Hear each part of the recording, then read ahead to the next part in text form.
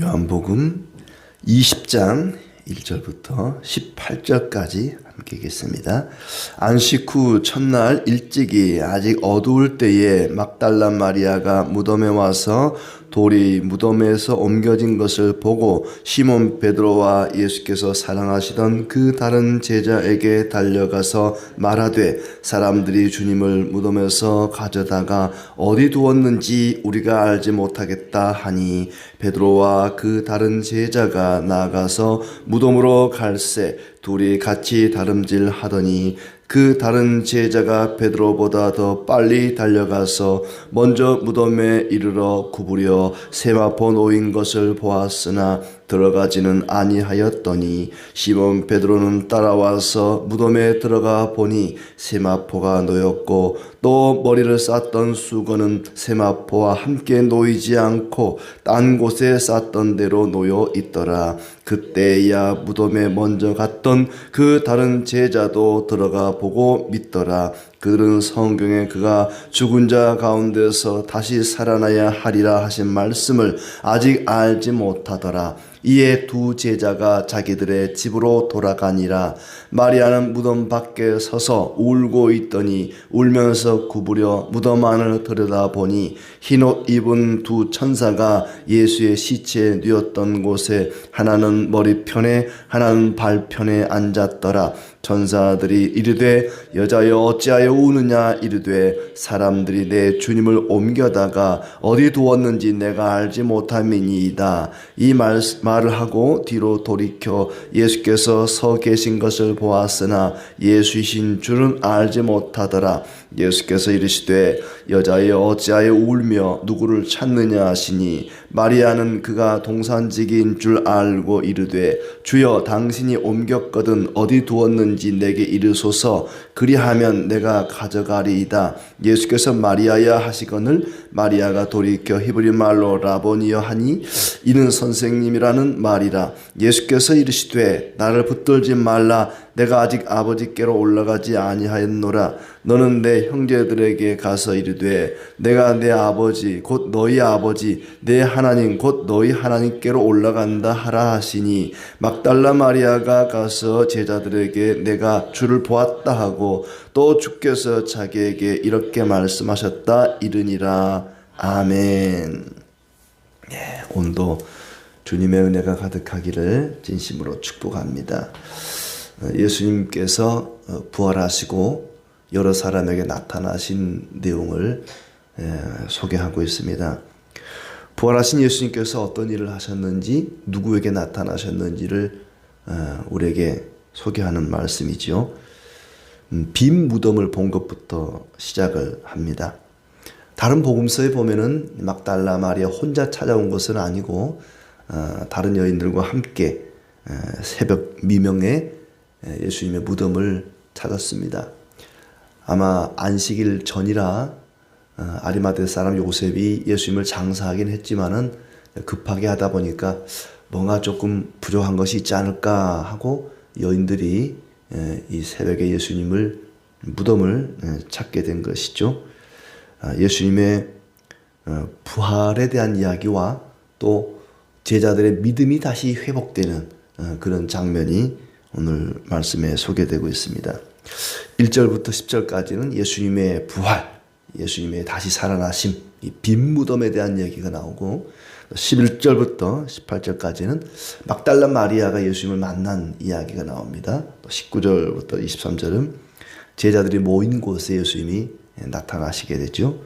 그리고 도마와 관련된 이야기, 그리고 이 책이 기록된 목적이 마지막으로 소개가 되고 있습니다. 먼저 예수님의 부활에 대한 이야기를 보면 안식 후 첫날 그랬습니다. 그러니까 안식일이 지금으로 치자면은 토요일이 되니까 토요일 이제 후에 첫 번째 날 지금의 주일이 됩니다. 그 새벽이 됩니다. 새벽. 여기는 뭐 새벽이란 말이 없지만은 이제 아직 어둠이 거치기 전이니까 첫날 일찍이 아직 어두울 때에 그랬으니까 뭐 새벽이라고 할 수 있겠죠. 막달라 마리아가 무덤을 찾아왔는데 무덤을 가로막고 있던 돌이 옮겨져 있습니다. 그러니까 지금 뭐 우리 같은 이런 무덤이 아니라 이제 동굴을 파고 그 안에 시신을 안치하고 또 가족들이 돌아가시면 또 그 안에 같이 합장을 하고 무덤을 가로막고 있는 돌문이 있어서 그 돌문을 치우고 출입을 하고 또 닫아놓고 그리고 또 안에 남이 쓰던 무덤을 또 사용하기도 하고 근데 이 무덤은 한 번도 사용하지 않은 새 무덤이라 그렇게 돼 있죠. 돌문이 옮겨져 있는 겁니다. 뭐 부활을 기대하고 온 건 아닌데 예수님의 시체를 제대로 닦아주든지 처리하고 싶어서 왔는데 돌문이 옮겨져 있어서 이제 깜짝 놀라고 베드로에게 달려가게 됩니다.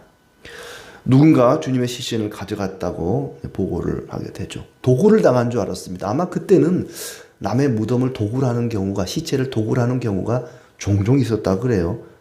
도굴을 당한 줄로 알고 베드로에게 이야기하니까 베드로가 다른 제자 한 사람과 함께 무덤으로 갔다. 근데 아무래도 이 다른 제자가 누구냐 하면 이 글을 쓰고 있는 사도 요한으로 추정이 됩니다.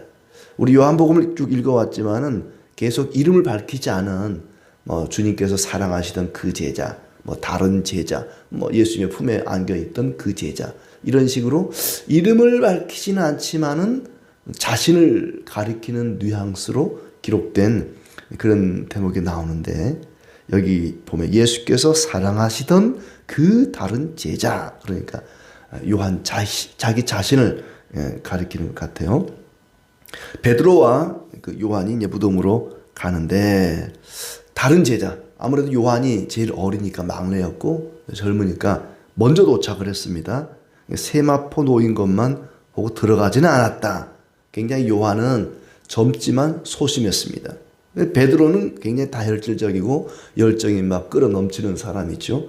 베드로가 와서 보니까 세마포가 놓여 있고 머리를 쌌던 수건도 딴 곳에 있더라. 베드로는 늦게 도착했지만은 먼저 무덤 안을 들여다본 겁니다. 그랬더니 세마포가 잘 놓여 있고 머리를 쌌던 그런 수건도 따로 개켜져 있었다. 그러니까 도굴 흔적이 없는 거죠. 만약에 도둑놈이 와서 시체를 훔쳐가면 막 몸을 쌌던 천이나 머리를 쌌던 수건을 잘 개어놓고 갈 리가 없죠. 도둑이 와서 도둑질하는데 언제 그런 거 하겠어요? 막 아무렇게나 흐트러 놓지 않겠습니까? 근데 이게 잘 개켜져 있는 걸 볼 때 이거는 도굴이라고 할 수가 없는 거예요. 그리고 먼저 갔던 요한도 이제 무덤을 들여다보고 믿었다라고 8절에 이야기하고 있습니다. 그때야 무덤에 먼저 갔던 그 다른 제자도 들어가 보고 믿더라. 근데 이 믿더라가 뭘 믿었는지를 모르겠어요. 무엇을 믿었더라 이건 없어요. 아무래도 예수님의 이제 부활을 믿었다는 얘기겠지만은 뭘 믿었다 이게 없고 그냥 믿었더라 한 걸 보면 예수님의 부활을 믿었다고 추정이 됩니다. 그 제자가 집으로 돌아갔다. 베드로도 요한도 다시 집으로 돌아갑니다. 부활을 처음 목격한 사람들 막달라 마리아와 베드로와 요한 그들은 빈 무덤을 발견했습니다. 그런데 그들이 발견한 빈 무덤은 기쁨보다는 오히려 슬픔을 안겨줬습니다. 예수님이 죽었다고 하는 그 예수님의 죽음보다 더한 슬픔을 지금 그들은 겪고 있는 거예요. 예수님이 죽은 것도 슬픈 일인데 그 시체가 도난을 당한 겁니다. 그들이 처음 봤던 빈 무덤은 예수님의 부활을 생각하게 한 것이 아니라 도굴을 당했다고 생각하게 한 것이죠. 그들은 빈 무덤을 봤어도 믿지 않았습니다. 8절에 나오는 요한이 믿었다라고 하는 것을 부활을 믿었다고 여긴다면 보고 나서야 믿은 거죠. 나중에 도마 얘기 나옵니다마는 보지 않고 믿는 믿음이 참 좋은데 빈 무덤을 봤어도 믿지 못하는 사람이 있고 그걸 보고 나서야 믿는 사람도 있고 아무튼 그렇습니다. 11절부터는 막달라 마리아에게 부활하신 예수님이 나타난 장면이 나옵니다. 마리아가 무덤 밖에서 울고 있습니다. 그리고 무덤 안을 들여다보니 흰옷 입은 두 천사가 있어서 마리아에게 묻죠. 어찌하여 우느냐? 주님의 시체가 어디 있는지 몰라서 웁니다. 부활해서 예수님이 다시 살아나서 기뻐서 우는 게 아니라 시체가 도난당했다고 생각하니까 너무나 슬퍼서 우는 겁니다. 그 말을 하고 뒤로 돌이켜 예수께서 계신 것을 봤지만 보고도 몰랐습니다. 예수님이 부활하신 예수님인 줄을 몰랐습니다. 그리고 이제 목소리를 듣고서야 알았다 그랬죠.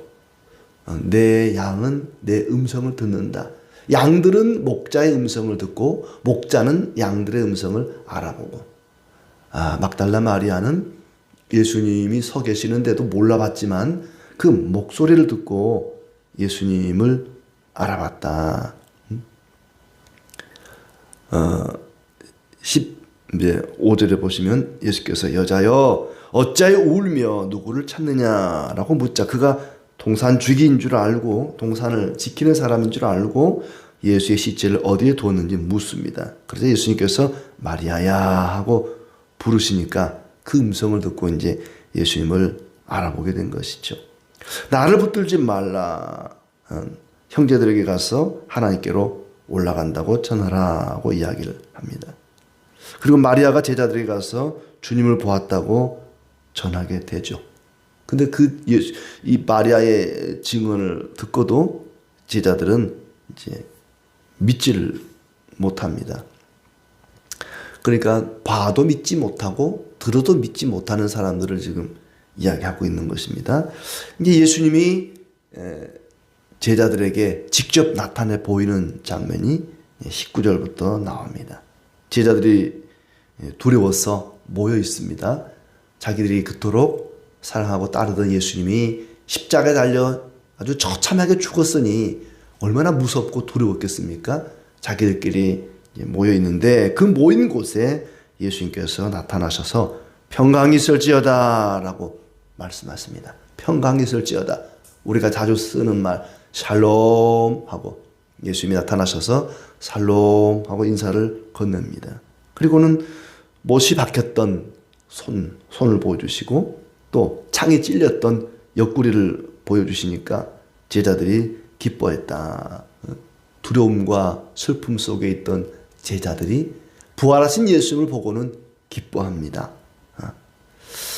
20절 말씀 손과 옆구리를 보이시니 제자들이 주를 보고 기뻐하더라.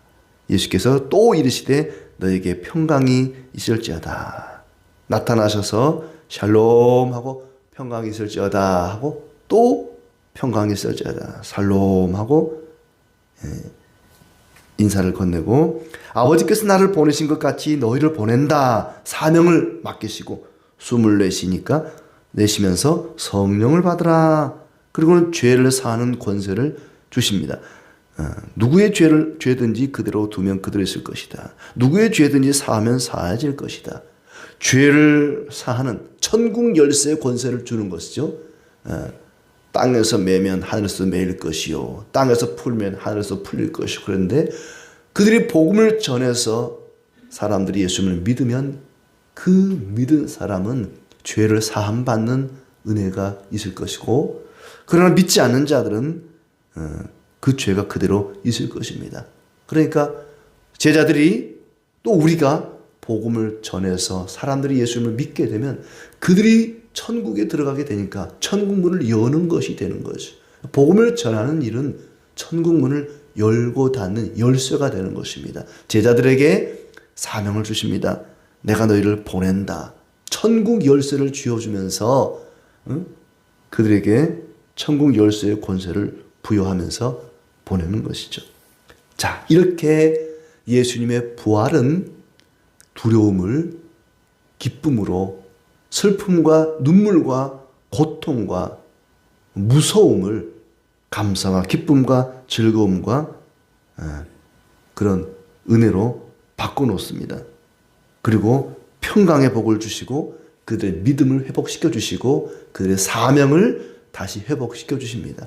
이렇게 부활이라고 하는 것은 제자들에게 우리에게 큰 은혜가 아닐 수가 없습니다. 자, 24절부터는 이제 도마에 대한 얘기가 나오죠. 도마는 그 자리에 없었습니다. 도마가 그 자리에 없었는데 부활의 소식을 듣고는 야, 예수님이 다시 살아나셨대. 우리가 봤어. 예수님이 부활하셨어. 말씀하신 대로 살아나셨어. 도마는 믿지를 못합니다. 내가 만져보기 전에는 믿을 수가 없다. 이 도마가 좀 의심이 많은 사람으로 그렇게 늘 평가가 되고 있죠. 못자국을 보며 손가락을 그 못자국에 넣으며 내 손을 그 옆구리에 넣어보지 않고는 믿지 아니하겠노라. 손과 발과 옆구리를 만져보기 전에는 믿을 수가 없다. 8일 후에 다시 예수님이 나타났습니다. 그때는 이제 도마가 있었죠. 도마에게 만져보라고 말씀하시고는 믿음 없는 자가 되지 말고 믿는 자가 되라고 말씀하십니다. 27절 도마에게 이르시되 내 손가락을 이리 내밀어 내 손을 보고 내 손을 내밀어 내 옆구리에 넣어보라. 그리하여 믿음 없는 자가 되지 말고 믿는 자가 되라. 그때서야 도마가 주님 앞에 엎드립니다. 나의 주님이시요 나의 하나님이시니다. 신앙을 고백하는 거죠. 예수님은 나의 주님이시고 나의 하나님이시니다. 도마에 뭐 놓고 칼질할 때마다 이 말씀을 생각하겠어요. 도마가 고백한 신앙의 고백. 도마가 이런 신앙을 고백했구나. 나의 주님이시요 나의 하나님이십니다. 나의 주 나의 하나님. 예수님은 나의 주 나의 하나님이십니다. 예수님께서 말씀하십니다. 너는 나를 본고로 믿느냐? 보지 못하고 믿는 자들은 복되도다. 보고 믿는 자보다 보지 않고 믿는 자가 복되도다. 자, 그리고 이제 마지막으로 30절, 31절에 이 책에 기록되지 않은 또 다른 표적도 많이 행하셨다. 주님께서 행하신 기적은 여기 나온 것뿐만 아니라 이 책에 나오지 않은 요한복음에 나오지 않은 더 많은 기적도 행했다. 하나님이 행하신 일들 또 예수님이 행하신 일들은 성경에 기록된 것이 전부가 아닙니다. 그 외에도 훨씬 더 많지만 꼭 필요한 것 몇 가지만 기록했다는 거죠. 그렇게 기록한 목적은 뭐냐? 예수께서 하나님의 아들 그리스도심을 믿게 하려 합니다. 예수님이 하나님의 아들이요 그리스도인 것을 믿게 하려고 기록했다. 그리고 그 이름을 힘입어 생명을 얻게 하려고 기록한 것이다 라고 마치고 있습니다. 그러니까 여기 앞에 나오는 이 제자들 막달라 마리아와 제자들이 예수님을 믿게 되는데 마지막 표적 예수님의 부활을 소개하고 그 부활을 통해서 믿게 된 사람들을 이야기하고 있습니다. 21장은 이제 에필로그라고 할 수 있는 또 부록이라고 할 수 있는 대목이고 사실 요한복음은 여기서 끝이 나는 거죠. 끝이 나는 것이고 자 그런데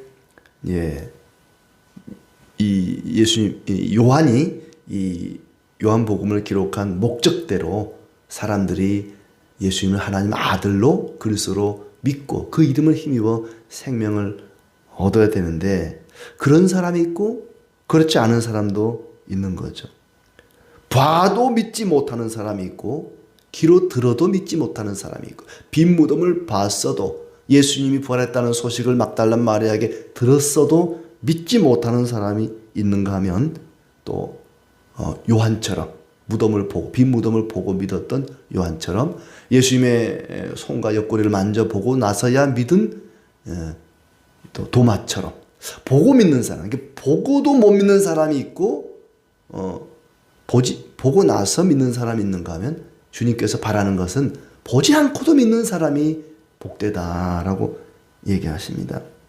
왜 예수님께서 부활하셔서 제자들에게 나타나셨을까? 제자들에게만 보이셨을까?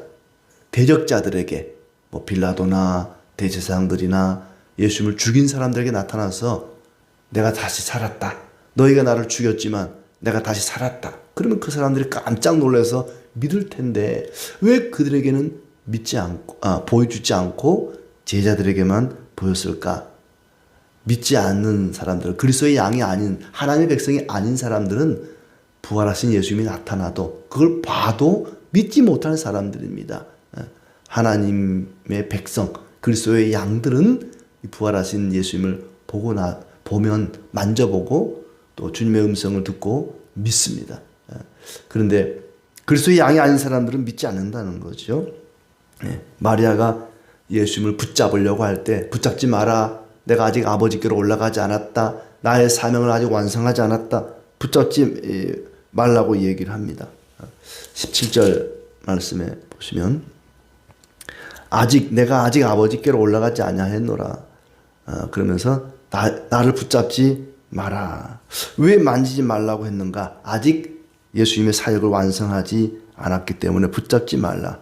붙잡고 나서 손으로 만져보고 나서 믿지 말고 믿음으로 부활을 보는 자가 되라는 것입니다. 도마는 만져보고 믿었습니다. 그런데 예수님께서 마리아 보고 만지지 마라. 만지지 말고 믿으라는 거죠. 만져보고 나서 확인하고 나서 믿기보다는 믿음으로 부활을 보는 자가 복된 자입니다. 예수님께서 제자들에게 자신의 모습을 나타내 보여주고 또 만져보라고 하시고 그리고 믿는 자가 되라. 보지 않고 믿는 자가 복되다. 누가 복된 자인가? 뭔가를 경험하고 나서 기도했는데 어떤 사람은 그 기도가 응답되고 눈에 보이는 확실한 증거들이 나타나고 그런 사람이 과연 복된가? 보지 않고도 그런 증거가 없어도 주님의 약속만을 붙잡고 믿는 사람, 그 사람이 복된 사람이다. 하나님이 아브라함에게 하늘의 별처럼 바다의 모래처럼 많은 자녀를 주겠다고 약속을 했습니다. 그러나 아브라함이 죽을 때 겨우 이삭 한 사람, 그마저도 뭐 죽을 때야 더 많았지만은 이제 나이 100세가 넘어서 겨우 이삭 한 사람, 그마저 제물로 바치라고 그럽니다. 눈에 보이는 증거가 없습니다. 하늘의 별, 바다의 모래, 턱도 없이 부족하지만 그런 아브라함은 약속의 말씀을 믿었습니다. 눈에 보이는 증거가 없어도, 손에 잡히는 어떤 증거가 없어도 약속의 말씀을 믿는 사람, 그 사람이 복된 사람이다. 성령이 함께하지 않으면 그런 믿음을 가질 수가 없습니다. 복받은 사람이 아니면 그런 믿음을 가질 수가 없습니다. 하나님의 말씀만을 듣고 믿음으로 사는 사람, 그 사람이 복된 사람이다. 눈에 보이는 것이 없고 손에 잡히는 것이 없고 기도에 응답이 없을지라도 보지 않고 믿는 자가 복되다. 이 말씀처럼 우리가 예수님의 부활을 믿고 주님께서 성령으로 나와 함께 하심을 믿고 그렇게 믿음으로 살아가는 우리의 삶이 되기를 축복합니다.